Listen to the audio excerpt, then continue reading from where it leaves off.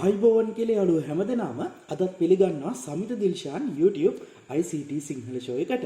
ඉතින් අද මම කතා කරන්න බලාපොරොත්තු වෙන්නේ උසස් පෙළ විෂය නිර්දේශයේ 5 වෙනි ඒකකයේ මෙහෙයුම් පද්ධතිය ආශ්‍රිතව. ඉතින් දරුවනේ ගොඩක් වෙලාවට උසස් පෙළ විභාගයේදී මේ මෙහෙයුම් පද්ධතිය ආශ්‍රිත ගැටලුව අහනවා. ඉතින් මම අද බලාපොරොත්තු වෙනවා මේ පාඩමේ පළමු කොටස විදිහට ප්‍රශ්න 50ක් පුතාලත් එක්ක අද සාකච්ඡා කරන්න. ඉතින් මීට කලින් මම පල්ලෙහා ඩිස්ක්‍රිප්ෂන් එකේ දාලා තියෙන මේ කොටසට අදාළ පේපර් එක අරගෙන පුළුවන් නම් ඒකත් කරන ගමන්ම මේ පාඩම බලනවා නම් වඩාත් හොඳයි කියලා හිතෙනවා. ඉතින් එහෙනම් අපි පාඩමට හැරෙමු. බලමු අද මොනවද මෙහෙයුම් පද්ධතිය ආශ්‍රිතව අහන ගැටලු කියලා. පළවෙනි ප්‍රශ්නේ මගේ. ඊටමත් ලේසි ප්‍රශ්නයක්. මෙහෙයුම් පද්ධතියක් කියන කුමක්ද?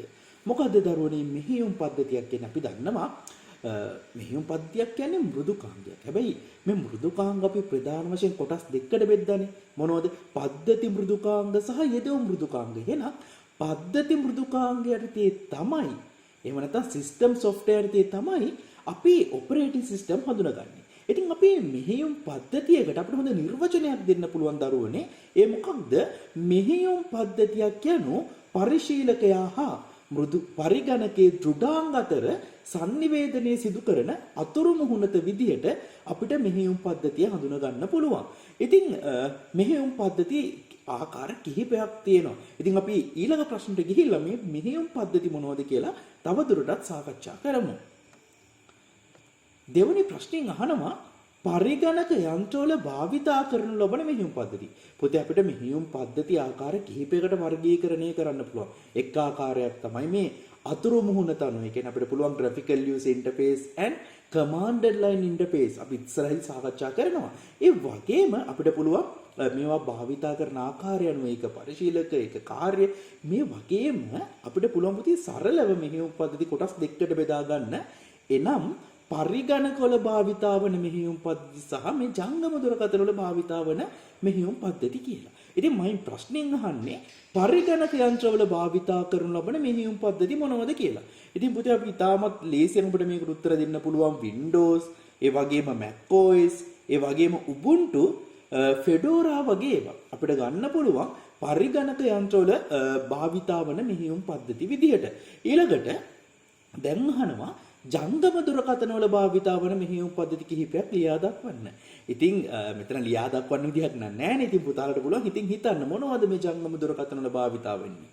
සාමාන්‍ය පුතේ ජනප්‍රියම ජංගම දුරකථන වල භාවිතා වන මෙහෙයුම් පද්ධතියක් විදිහට අපිට දැනගන්න හඳුනා ගන්න පුළුවන් Android නේද? ඉතින් මේ වගේ තවත් තියෙනවා කිහිපයක් Windows, iOS. ඒ කියන්නේ Apple phone වල තියෙන්නේ iOS කියන ඔපරේටිං සිස්ටම් එක. ඉතින් ඒ වගේම තව BlackBerry මෙන්න මේ වගේවත් අපිට ජංගම දුරකථන වල භාවිතා වන ඔපරේටිං සිස්ටම් විදියට හඳුනා ගන්න හැකියාවක් තියෙනවා. මගේ හතරවෙනි ප්‍රශ්නේ මෙහෙයුම් පද්ධතියක් මගින් සිදු කරනු ලබන ප්‍රධාන කාර්යයන් දෙකක් ලියන්න. ඉතින් මේක ජනප්‍රිය ප්‍රශ්න සාමාන්‍යයෙන් උසස් පෙළ විතරක් නෙමෙයි සාමාන්‍ය පෙළ ICT හදාරන දරුවන්ටත් වැදගත් ප්‍රශ්නයක් විදිහට අපිට මේක හඳුනා ගන්න පුළුවන්. මොකක්ද දරුවනේ මෙහෙයුම් පද්ධතියක් මගින් සිදු කරනු ලබන ප්‍රධාන කාර්යයන් දෙක? පළවෙනි එක පුතේ සම්පත් කළමනාකරණය කරන එක. මේ සම්පත් කළමනාකරණය කරන්න මෙයා ආකාර කිහිපයක් භාවිතා කරනවා. අපි ඉදිරියේදී සාකච්ඡා කරා මොනවද? මතක කළමනාකරණය, ක්‍රියායන කළමනාකරණය, උපාංග කළමනාකරණය, ජාල කළමනාකරණය, ආරක්ෂණ කළමනාකරණය. මෙන්න මේ වගේ කළමනාකරණ කාර්යයන් මොකටද? සම්පත් කළමනාකරණය කරන්න මෙහෙයුම් පද්ධති සිදු කරනවා. ඒ වගේම පාලන ක්‍රමලේඛය ලබා දෙනවා. ඒ වගේම දරුවනේ ඒ කොටස් දෙක විතරයි අපිට මෙතන දීලා තියෙන. නමුත් ඒ වගේම තව ලියන්න පුළුවන් අපිට අතුරු පරිශීලක හිතයිශී අතුරු මුහුණත් ලබා දීම. මේකත් මෙහෙයුම් පද්ධතියේ ප්‍රධාන කාර්යයක් බව අමතක කරන්න එපා. සම්පත් කළමනාකරණය යනු කුමක්ද? අපි බලමු. එකම සම්පතට අයදුම් එකකට වඩා පැමිණෙන විට කාර්යක්ෂමතාව හා සාධාරණ භාවිතය පිළිබඳ සලකා බලා ඒ වෙන් කර දීම සම්පත් කළමනාකරණය කියලා හඳුනා ගන්න හැකියාවක් තියෙනවා. ඒ වගේම නිදසුනක් දීලා තියෙනවා මම චුටතටි ඇති ගොනුවක් මෘදුකාංග කිහිපයක් මගෙන් ප්‍රවේශ කිරීමේදී මේ සම්පත් කළමනාකරණය කිරීම සිදු කරනවා මෙහෙයුම් පද්ධතිය මගින්. ඊළඟට පාලන ක්‍රමලේඛය යනු කුමක්ද? මෙහෙයුම් පද්ධතියේ සිදුවන ඇතැම් දෝෂ වැළැක්වීම සඳහා පරිගණකය අවිධිමත් භාවිතයෙන් වළක්වා ගැනීම සඳහා පාලන ක්‍රමලේඛය වැදගත් වෙනවා කියලා දරුවෝ මතක තියාගෙන ඉන්න ඕනේ. ඉතින් මේ ප්‍රශ්න ටික ඔක්කොම මම මේ රූපරාමුත් එක්කම පුතාලට මගේ වෙබ් අඩවිය පළ කරනවා. පුතාලට පුළුවන් මේ ටික භාගත කරගන්න. ඒ වගේම මම ලබා දීලා තියෙන ප්‍රශ්න පත්‍රෙත් මේ ප්‍රශ්න අඩංගු වෙනවා. ඉතින් පුතාලට ඕනනම් පුළුවන් කොලයක් අරගෙන දැන් මේ උත්තර ටික දැම්ම ලියා ගන්න. පරිගණක පද්ධතියක ප්‍රධාන කොටස් හතරක් නම් කර එක් පිළිබඳ කෙටියෙන් හඳුන්වීමක් කරන්න කියනවා. දැන් මේක මෙහෙයුම් පද්ධතිය වලට අදාළද කියලා පුතාලට හිතෙනවා ඇති. ඔව් මේකත් අදාළයි පුතේ. හේතුව අපි දන්නවා පරිගණක පද්ධතිය ප්‍රධාන සංරචක හතරක් තියෙනවානේ. මොනවද මේ ප්‍රධාන සංරචක හතර? දෘඩාංග, මෘදුකාංග, ස්ථිරාංග සහ ජීවාංග. එතකොට මේ මෙහෙයුම් පද්ධතිය අයිති වෙන්නේ පුතේ මෘදුකාංගයටදී. ඉතින් මම කලිනුත් මේ බව සඳහන් කරා. ඉතින් මෙයා කියනවා මේව සම්බන්ධව කෙටියෙන් හැඳින්වීමක් කරන්න කියලා. ඉතින් මම ඒ නිසා මේ ටික කෙටියෙන් හඳුන්වලා තියෙනවා. පුතාලගේ ලබා දීලා තියෙන ප්‍රශ්න පත්‍රෙත් මම මේ පිළිතුරු හතර මේ විදිහටම සඳහන් කරලා තියෙනවා. ඉතින් පුතාලට බලා ගන්න පුළුවන්. ඉතින් මේවා නම් ඉතාමත් සරලයි. දෘඩාංගයක් කියන්නේ පරිගණක පද්ධතියක භෞතික උපාංගය. ඒ කියන්නේ අතින් අල්ලන්න පුළුවන් ඒවා. මෘදුකාංගය යනු ඉතාමත් වැදගත්. මේ නිර්වචන කොට බලන්න. යම් අරමුණක් කරා පරිගණක පද්ධතියක් මෙහෙයවීම සඳහා පිළිවෙලකට ලබා දී ඇති උපදේශ මාලාවක් අපි මෘදුකාංගයක් කියලා හඳුනගන්නවා. ඉතින් ඒ වගේම ස්ථිරාංගය කියන්නේ මොකක්ද? පරිගණකේ බූට් වෙන්න අවශ්‍ය වැඩසටහන් තැම්පත් කරලා තියෙන එක නේද? ඉතින් මේකත් නිර්වචනේ මම දීලා තියෙන. ඒ වගේම ජීවාංග කියන්නේ අපි. ඊට පස්සේ මොකක්ද මේ අහන ප්‍රශ්නේ? මෙහෙයුම් පද්ධතියක් නිර්මාණය වී ඇත්තේ කෙසේද? පුතේ බලමු අපි නිර්වචනේ. මෙහෙයුම් පද්ධතියක හරයවන එහෙමද අපි මේකට කියනවා කර්නල් එකක් කියලා. එතකොට මේ කර්නල් එක තමයි පුතාලට රූපසරණ පේනවා මේ හැම එකක්ම සම්බන්ධ වෙලා තියෙන්නේ. එහෙනම් මේ මෙහෙයුම් පද්ධතියක් සමන්විත වෙනවා පුතේ කර්නල්, ඒ වගේම ඩිවයිස් ඩ්‍රයිවර් සහ ඩෙස්ක්ටොප් එන්වයරන්මන්ට් සහ තවත් ප්‍රෝග්‍රෑම් කිහිපයක එකතුවක් විදිහට තමයි අපි මෙහෙයුම් පද්ධතිය හඳුනගන්නේ. ඊළඟ ප්‍රශ්නේ වර්තමානයේ ජනප්‍රිය කර්නල් වර්ග. දැන් උඩින් කර්නල් එකක් කියන්නේ මොකක්ද කියලා කිව්වනේ. ඉතින් දැන් අහන වර්තමානයේ වඩා ජනප්‍රිය කර්නල් මොනවද කියලා. අපි බලමු. මම නිදසුන් කිහිපයක් දීලා තියෙනවා. Windows NT kernel. පුතේ මෙන්න මේක යටතේ තමයි මේ kernel එකෙන් තමයි Windows NT, Windows 2000, Windows XP, Vista 7, 8 මෙන්න මේ වගේ නිර්මාණය වෙන්නේ පුතේ Windows NT kernel එක හරහා. ඒ වගේම Linux kernel, ඒ කියන්නේ Linux පාදක Linux, Ubuntu, Fedora, Android වගේ මෙහෙයුම් පද්ධති නිර්මාණය වෙන්නේ පුතේ Linux kernel එක හරහා.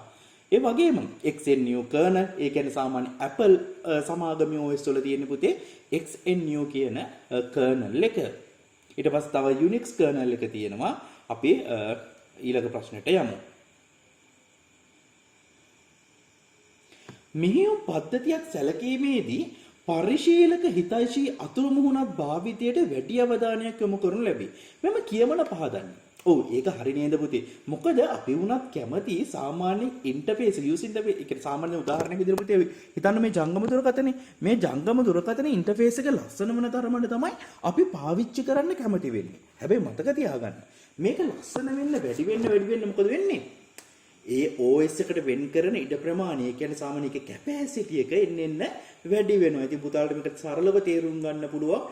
Windows 7 එක තිබ්බ සාමාන්‍ය මෙගාබයිට් 700ක් විතර. නමුත් Windows 10 වෙනකොට ගිගාබයිට් 3.4 ඉක්මවලා ගිහිල්ලා තියෙනවා දරුවනේ. ඉතින් මේකෙන් තේරෙන දෙයක් තමයි ලස්සන වැඩි වෙන්න මොකද වෙන්නේ? ඒකට වෙන් කරන කැපැසිටි එක වැඩි වෙනවා. ඉතින් මම මේක නිර්වචනය කරලා තියෙනවා මෙන්න මේ විදිහට. පුතාලට මේක කියව ගත්තා නම් මේ පිළිබඳ හොඳ දැනුමක් ලබා ගන්න හැකියාවක් තියෙනවා. ඉතින් මෙතන මම රූප සටහන් ටිකක් දීලා තියෙනවා බලන්න පුතේ Windows XP වල ඉඳන් Windows 10 දක්වා එන්න මොකද වෙලා තියෙන්නේ? එන්න ඉන්ටර්ෆේස් එක ලස්සන වෙලා තියෙනවා. ඉතින් අර කලින් දුන්න ප්‍රශ්නෙට නිදසුනක් විදිහට තමයි මම මේ පින්තූරේ භාවිතා කරන්නේ. ඊළඟ ප්‍රශ්නේ මෙහෙයුම් පද්ධති වර්ගීකරණය කළ හැකි ආකාර මොනවාද? පුතේ ආකාර කිහිපයක් තියෙනවා. අපි බලමු මේ ආකාර මොනවද කියලා. තනි පරිශීලක තනි කාර්ය. පුතේ මේකට පුළුවන් කියන්න අපිට ඒක පරිශීලක ඒක කාර්ය කියලා. ඒ වගේම තනි පරිශීලක බහු කාර්ය ඒක පරිශීලක බහු කාර්ය කියලා කියන්නත් පුළුවන්. ඒ වගේම බහු පරිශීලක බහු කාර්ය මෙහෙයුම් පද්ධති. බහුපොට ඒ වගේම තත්ත්‍ය කාල වෙන්න මේ විදිහට අපිට මෙහෙයුම් පද්ධති ආකාර කිහිපයකට වර්ගීකරණය කරන්න හැකියාවක් තියෙනවා. ඉතින් අපි බලමු දැන් මේ ඒක පරිශීලක ඒක කාර්ය මෙහෙයුම් පද්ධතියක් කියන්නේ මොකක්ද කියලා. මේක හොඳටම වැදගත්. හොඳට අවධානයෙන් ඉන්න. මොකක්ද මේක පරිශීලක ඒක කාර්ය කියන්නේ? එක් වේලාවකදී එක් පරිශීලකයෙකුට පමණක් සම්බන්ධ විය හැකි එක් කාර්යයක් පමණක් සිදු කළ හැකි මෙහෙයුම් පද්ධතිය අපි කියනවා පුතේ තනි පරිශීලක තනි කාර්ය එහෙම නැත්නම් ඒක පරිශීලක ඒක කාර්ය මෙහෙයුම් පද්ධතිය කියලා. ඉතින් අපිට මේක නිදසුනක් විදිහට ගන්න පුළුවන් MS DOS මෙහෙයුම් පද්ධතිය. ඒ වගේම plant of computers ගන්නත් පුළුවන්. ඊළඟට ඒක පරිශීලක බහුකාර්ය පරිගණක මෙහෙයුම් පද්ධති. මොනවද පුතේ මේවා? බලමු අපි කියලා. එක් වේලාවකදී එක් පරිශීලකයෙකුට පමණක් සම්බන්ධ විය හැකි කාර්යයන් රාශියක් සිදු කළ හැකි මෙහෙයුම් පද්ධති වේ. කියන්නේ එක වේලාවක එක්කෙනෙකුට සම්බන්ධ වෙලා කාර්යයන් කිහිපයක් කරන්න පුළුවන්. ඉන්සුනක් විදිහට පුතේ වර්තමානයේ අපි පාවිච්චි කරන මේ Windows 10, Windows 7, Ubuntu Linux මේ Android මේ හැම මෙහෙයුම් පද්ධතියම පුතේ ඒක පරිශීලක ඒක කාර්යය. කියන්නේ එක්කෙනෙකුට කාර්යයන් කිහිපයක් කරන්න හැකියාවක් තියෙනවා. ඉතින් අපිට ඒව නිදසුන් විදිහට ගන්න හැකියාවක් තියෙනවා. ඊළඟට මොකක්ද බලමු අපි මේ බහුපරිශීලක බහුකාර්ය කියන්නේ කියලා. මහා පරිගණකවල බොහෝ විට මෙම මෙහෙයුම් පද්ධති භාවිත කරයි. ඒ පුතේ මේ මහා පරිගණකවල භාවිත කරන්නේ ජාලගත පද්ධති මගින් බොහෝ පරිශීලකයන්ට එකවර මහා පරිගණකින් වැඩ කිරීමට හැකියාව ලැබෙන්නේ වෙන්න මේ කියන බහුපරිශීලක බහුකාර්ය මෙහෙයුම් පද්ධති වල පමණයි. ඉතින් උදෙසුණක් විදිහට පුතේ ඒකෙදී අපිට තේරුම් ගන්න පුළුවන් මේ ප්‍රධාන පරිගණකයට පරිශීලකයන් රාශියක් සම්බන්ධ වෙලා කටයුතු කරනවා. ඉතින් වෙන්න මේ නිසා තමයි බහුපරිශීලක බහුකාර්ය කියලා මේවා හඳුන්වන්නේ. ඉතින් අපිට නිදසුන් විදිහට ගන්න පුළුවන් Unix server ගන්න පුළුවන්, Windows 2000 server ගන්න පුළුවන්. ඉතින් වෙන්න මේවා අපිට නිදසුන් විදිහට ගැනීමේ හැකියාවක් තියෙනවා. ඒ වගේම මොකක්ද මේ බහුපොට මල්ටි ට්‍රේඩින් මෙහෙයුම් පද්ධතියක් කියලා කියන්නේ? අපි බලමු මේ මොකක්ද කියලා. එක් මෘදුකාංගයක කොටස් වෙන්වෙන් වශයෙන් සමගාමීව ධාවනය කිරීම මෙහිදී සිදු කෙරේ. වර්තමානයේ භාවිත වන සියලුම පරිගණක බහුපොට ඒවා වේ. කියන්නේ මොකක්ද? මෘදුකාංගයක කොටස් වෙන්වෙන් වශයෙන් සමගාමීව ධාවනය කිරීමේ හැකියාව තියෙනවා නම් අපි ඒකට කියනවා බහුපොට මෙහෙයුම් පද්ධතියක් කියලා. ඊළඟට තත්ත්‍ය කාලය. එහෙම නැත්නම් අපි මොකද කියන පුතේ රියල් ටයිම් ඔපරේටින් සිස්ටම්. මේකේ අහන මොකද්ද විශේෂත්වය කියලා. මොකද්ද බලමු අපි මේක විශේෂත්වය. ආදානයක් ලැබුණු විගස අන්තරා ප්‍රමාවයකින් තොරව. ඒ කියන්නේ පුතේ ආදානයක් ලබා දුන්න විටම ප්‍රතිදානය ලබා දෙන්න ඕනේ. ඒ කියන්නේ කිසිම ප්‍රමාදයක් වෙන්න බෑ. මේවා බොහෝ විට යොදාගන්නේ යන්ත්‍ර සූත්‍ර, කාර්මික පද්ධති, විද්‍යාත්මක පද්ධති වැනි සංකීර්ණ පද්ධති පාලනය කිරීම සඳහායි. ඉතින් මේ වගේ ලක්ෂණ කිහිපයක් තියෙනවා. බලමු අපි ලක්ෂණ මොනවද කියලා. ඉක්මන් ප්‍රතිචාර, විශ්වාසනීයත්වය, ස්ථීර බව, පාරිත සකස් කිරීම, ඒ වගේම එන්නේ වගේ දේවල් අපිට ලක්ෂණ විදිහට ගන්න පුළුවන්. ඉතින් මේක නිතරම විදිහට දීලා තියෙනවා මම ATM යන්ත්‍රය. ඉතින් පුතේ ATM යන්ත්‍රය අපි මුරපද ලබා දෙන්න ගමන් අපි ගන්න අවශ්‍ය මුදල ඉන්පුට් කරපු ගමන් යා කිසිම ප්‍රමාදයකින් තොරව අපිට අවුට්පුට් කරනවා දේවල්. ඉතින් මෙන්න මේක තමයි ආදානයක් ලැබුණු විගස අන්තරාපමාවකින් තොරව දත්ත සැකසීමේ හැකියාව ඇති මෙහෙයුම් පද්ධති කියලා අපි රියල් ටයිම් ඔපරේටින් සිස්ටම් හඳුනගන්නේ. ඊළඟ එක මෙහෙයුම් පද්ධතියක අවශ්‍යතාවය පිළිබඳ කෙටියෙන් පැහැදිලි කරන්න. ඉතින් මේ වගේ ප්‍රශ්නයක් නම් එන්නේ මේ තරම් සරල එකක් එන්නේ නැහැ. නමුත් පුතාලා දැනගෙන ඉන්න ඕනේ. ඒ නිසා තමයි මම මේවත් ඇතුළත් කරලා තියෙන්නේ. පරිගණකය හා පරිශීලකය අතර අතුරු මුහුණක් සෑදීම සඳහා අපිට මෙහෙයුම් පද්ධතියක් අවශ්‍ය වෙනවා. ඒ වගේම දෘඩාංග සහ මෘදුකාංග කළමනාකරණය කිරීම සඳහා මෙහෙයුම් පද්ධතියක් අවශ්‍ය වෙනවා. ඒ වගේම පුතේ පරිගණකය ක්‍රමලේඛගත කිරීම සඳහා අතත් යන්ත්‍රයක් ලබා දීමටත් අපිට මෙහෙයුම් පද්ධතිය අවශ්‍ය වෙනවා. ඉතින් මෙන්න මේවා මේ තුන හොඳට මේ වගේ ප්‍රශ්නයක් ඉන්නේ නැහැ. ඒ වුණාට පුතාලා දැනගෙන ඉන්න අවශ්‍යයි.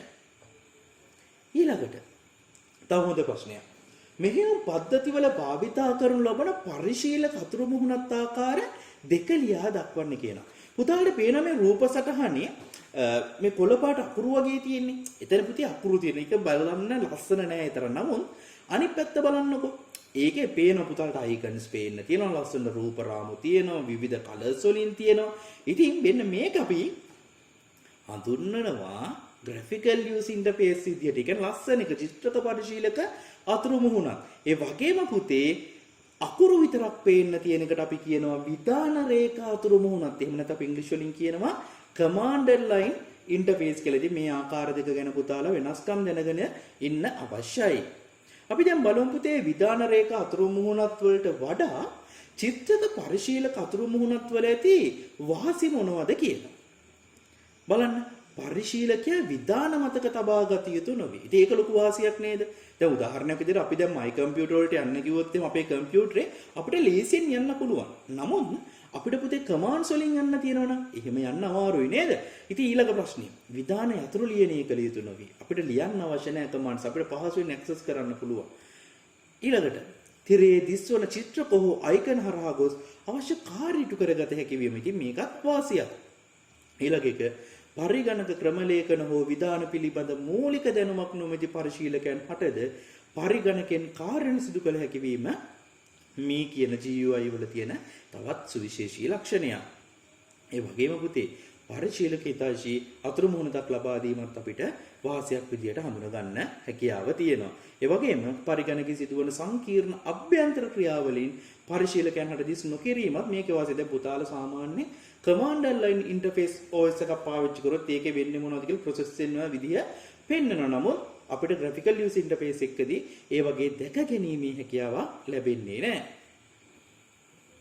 ඊළඟ ප්‍රශ්නේ දෘඩාංග පාලනය හා මෘදුකාංග කළමනාකරණය යනු මෙහෙයුම් පද්ධතියක එක් කාර්යයකි. මේ පහදන්න කියන බලන්න දෘඩාංග පාලනය හා මෘදුකාංග කළමනාකරණය. බලමු අපි මේකට දෙන්න පුළුවන් උත්තරේ මොකක්ද කියලා. මෙය පොදුවේ සම්පත් කළමනාකරණය ලෙස හඳුන්වයි. මම උඩින් කිව්වා නේද සම්පත් කළමනාකරණය මෙහෙයුම් පද්ධති කාර්යයක් කියලා. එහෙනම් මෙය පොදුවේ සම්පත් කළමනාකරණය ලෙස හඳුන්වයි. යතුරු පෝරුව, මූසිකය, දෘඩ තැටිය ආදිය එක්වර පරිශීලනය කරන විට ඒවා අතර ඝට්ටණයකින් තොරව කටයුතු කිරීමට පරිගණක මෙහෙයුම් පද්ධතිය කටයුතු කරයි. සම්පත් කළමනාකරණයේදී යම් සම්පතක් භාවිතා කරන සෑම ක්‍රමලේඛයකටම හෝ පරිශීලකයෙකුටම එම සම්පතින් කොටසක් හිමිවේ. පරිශීලකයන් විශාල සංඛ්‍යාවක් පරිගණකයක් හෝ ජාලයක් භාවිතා කරන විට ප්‍රධාන මතකය ආදාන ප්‍රතිදාන උපක්‍රම සහ අනෙකුත් සම්පත් කළමනාකරණය හා ආරක්ෂා කිරීම ඉතාම වැදගත් වේ. නැත්නම් එක් පරිශීලකයෙක් තව කෙනෙකුට බාධාවක් වන විට ඇත. දෘඩාංග පමණක් නොව පරිශීලකයන්ට ගොනු දත්ත සමුදායන වැනි තොරතුරු පවා බෙදා ගැනීමට අවශ්‍ය වේ. එහෙනම් මේ කාර්ය සිදු කරන එකට අපි කියනවා දෘඩාංග පාලනය හා මෘදුකාංග කළමනාකරණය කියලා. ඉතින් පුතේ මෙන්න මේ වගේ තමයි හොඳ උත්තරයක් ලබා දෙන්න අවශ්‍ය මේ වගේ ප්‍රශ්නයක් අහුවොත්. ඊළඟ එක මෙහෙයුම් පද්ධතියක් මගින් ලබා දෙන අතත්්‍ය යන්ත්‍රයක ඇති වැදගත්කම මොකක්ද කියලා. වර්චුවල් මැෂින් එක.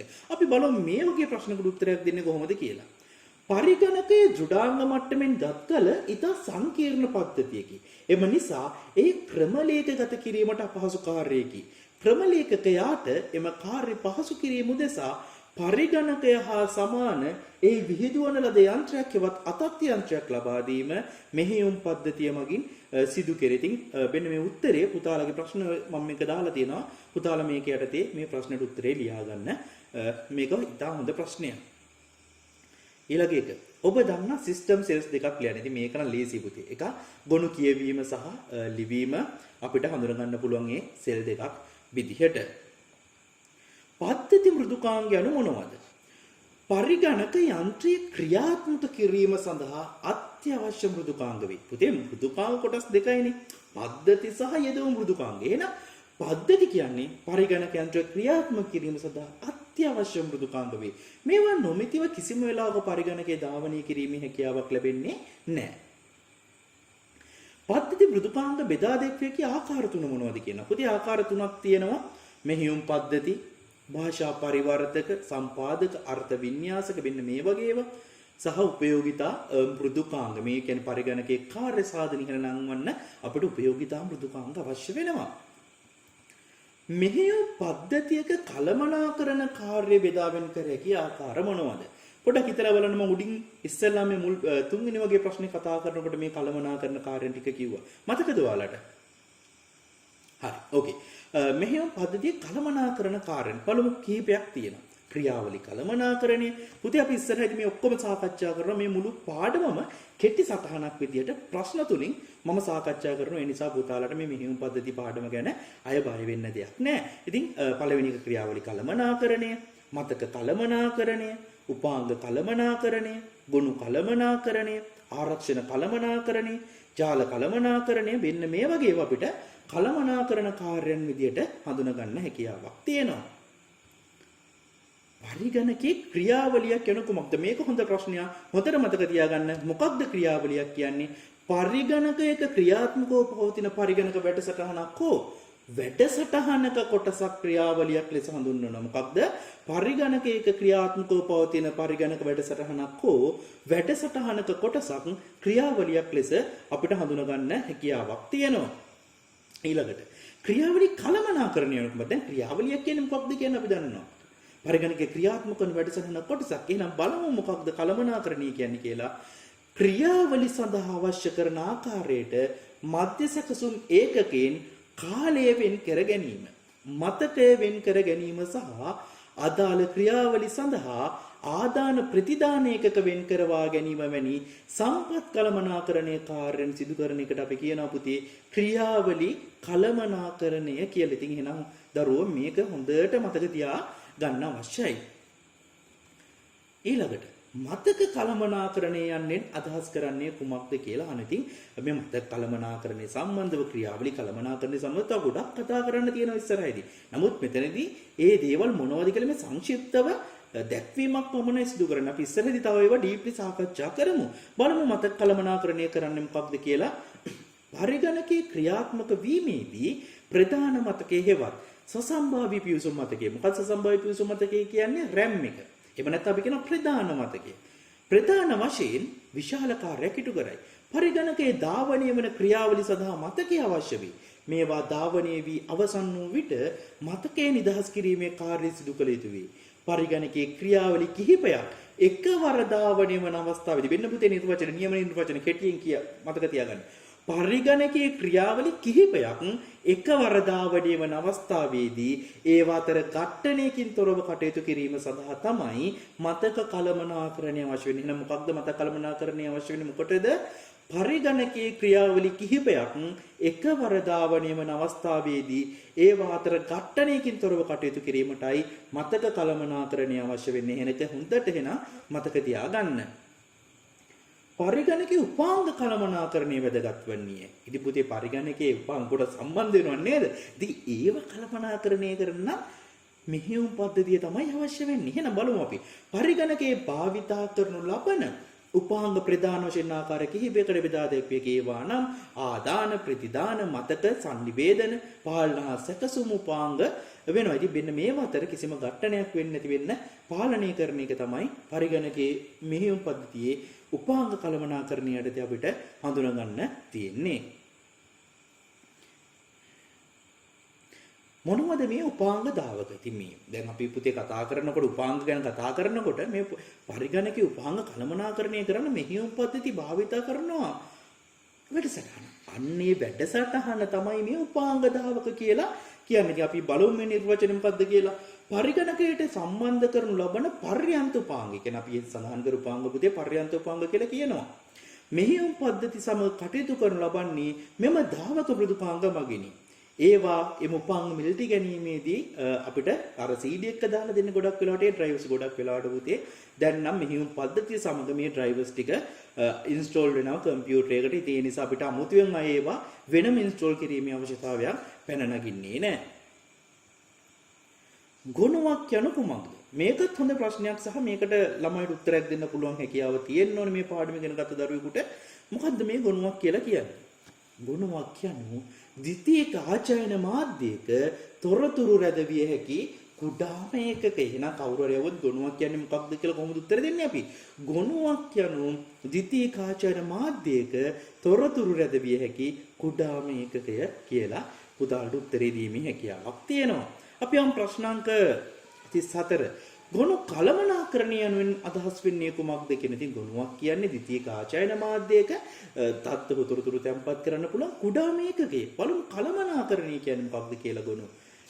අපිට කියනවා ගුණයක් කියනවා ද්විතීයික ආචරණ මාධ්‍යක තොරතුරක් රැඳවිය හැකි කුඩා මේකකයේ වේ අපි එක දන්නවා දැන් ගුණ කළමනාකරණයේදී මෙහියුම් පද්ධතිය විසින් නව ගුණ සකස් කිරීම සහ ඒවා නිසිලස ස්ථානගත කිරීම අනවශ්‍ය ගුණ මකා දැමීම ගුණවල ෆෝල්ඩර් නම් වෙනස් කිරීම ගුණ හෝ ෆෝල්ඩර් තියෙන ස්ථානය වෙනස් කිරීම බෑකප් කිරීම මෙන්න මේ වගේ ඒවා පුතේ අපිට ගුණ කළමනාකරණය කියලා හඳුනා ගන්න පුළුවන්. ඉතින් මේව කරනකොට ගුණ උපලක්ෂණ ගුණ මෙහෙයුම් ගුණ ප්‍රවේශ සහ ප්‍රවේශ වරප්‍රසාද සම්බන්ධවත් යන කරුණු පිළිබඳව සැලකිලිමත් වෙන්න අවශ්‍යයි.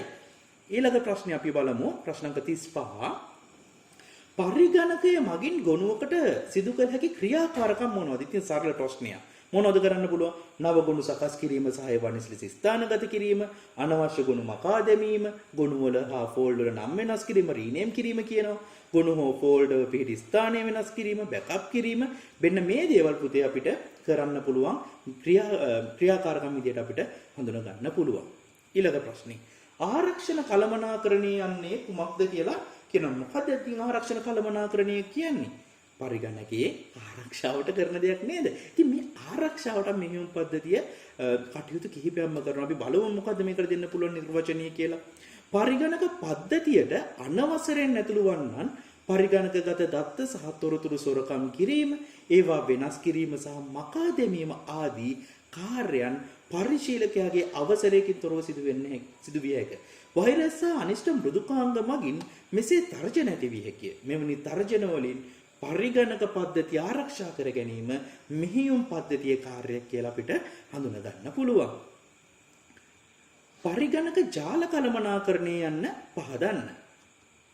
පරිගණක ජාලයක් යනෝ පරිගණක දෙකක් හෝ කිහිපයක් සම්බන්ධ කරමින් සකසා ගනු ලබන පරිගණක පද්ධතියකි. ඉතින් අපි දන්නවා නේද ජාලයක් කියන්නේ පරිගණක දෙකක් හෝ ඊට වැඩි සංඛ්‍යාවක් එකිනෙකට සම්බන්ධ කරමින් සකසා ගන්නා පද්ධතියක්. ජාලය තුල උපාංග, ඒ කියන්නේ පරිගණක මුද්‍රණ යන්ත්‍ර, සුපරීක්ෂණ යන්ත්‍ර වැනි උපාංග කාර්යක්ෂම ලෙස භාවිතා කිරීමට මෙහෙයුම් පද්ධතියෙන් විශාල කාර්යභාරයක් සිදු වේ. ජාලයක් මගින් දුරස්තව පිහිටි පරිගණකයක් වෙත ප්‍රවේශ වීම වැනි කාර්ය සිදු කර දෙනු ලබන්නේ මෙහෙයුම් පද්ධතිය මගිනි. ඉතින් මෙන්න මේ වගේ උත්තරයක් ලබා දෙන්න පරිගණක ජාල කළමනාකරණය පහදන්න කියලා කිව්වොත්. උපයෝගිතා වැඩසටහනක් යනු මොනවාද? පරිගණක මෙහෙයුම් පද්ධතිය. මේකත් පද්ධති මෘදුකාංගයක් නේද? උපයෝගිතා වැඩසටහන කියලා කියන්නේ.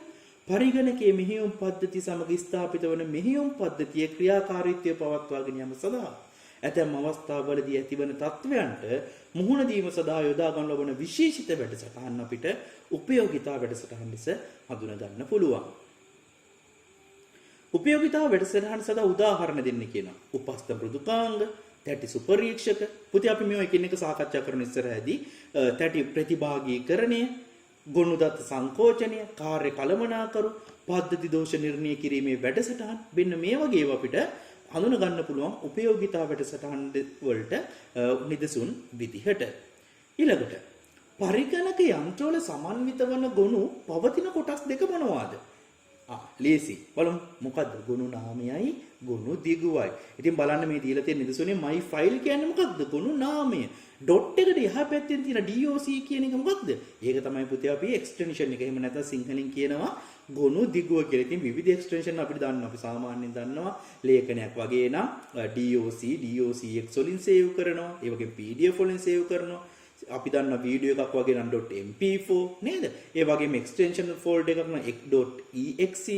ඉතින් මෙන්න මේ වගේ විවිධ ගොනු දිගුවන් අපිට හඳුනා ගන්න හැකියාවක් තියෙනවා. ගොනුක දිගුනාමය බලා ගැනීම සඳහා අනුගමනය කරන පියවර ලියා දක්වන්න. ඉතින් අපිට පුළුවන් ගොනු දිගුව බලා ගන්න ෆෝල්ඩ් ඔප්ෂන් වලට ගිහිල්ලා බලා ගැනීම හැකියාව තියෙනවා. ඉතින් මම මේ පාත් එක දාලා තියෙනවා පුතාලට බලා ගන්න හැකියාවක් තියෙනවා. ඒ වගේම ඉතින් ලේසියෙන්ම ඕනම ෆෝල්ඩ් එකක් උඩ රයිට් ක්ලික් කරලා ප්‍රොපර්ටිස් ගිහිල්ලා බලා ගැනීමේ හැකියාව තියෙනවා. මොකක්ද මේ ගොනු දිගුව කියලා. පරිගණක යන්ත්‍රයේ මකන ලද ගොනුවක් නැවත ස්ථාපිත කිරීමට අනුගමනය කරන පියවර අපි දන්නවා පුතේ. රීසයිකබල් බින් එකට ගියාට පස්සේ ඒ ඩිලීට් වෙච්ච ෆෝල්ඩ් එක හරි ගොනු හරි තෝරගෙන ඒ මත රයිට් ක්ලික් කරලා රෙස්ටෝර් කිරීමෙන් නැවත ඒක ලබා ගන්න හැකියාවක් තියෙනවා. පහත එක් එක් ගොනු වර්ග සඳහා භාවිතා කරනු ලබන ගොනු නාම දිගු නාමයන් ලියා දක්වන්න කියන. අපි බලමු මොනවද ගොනු දිගු නාමයන් කියලා.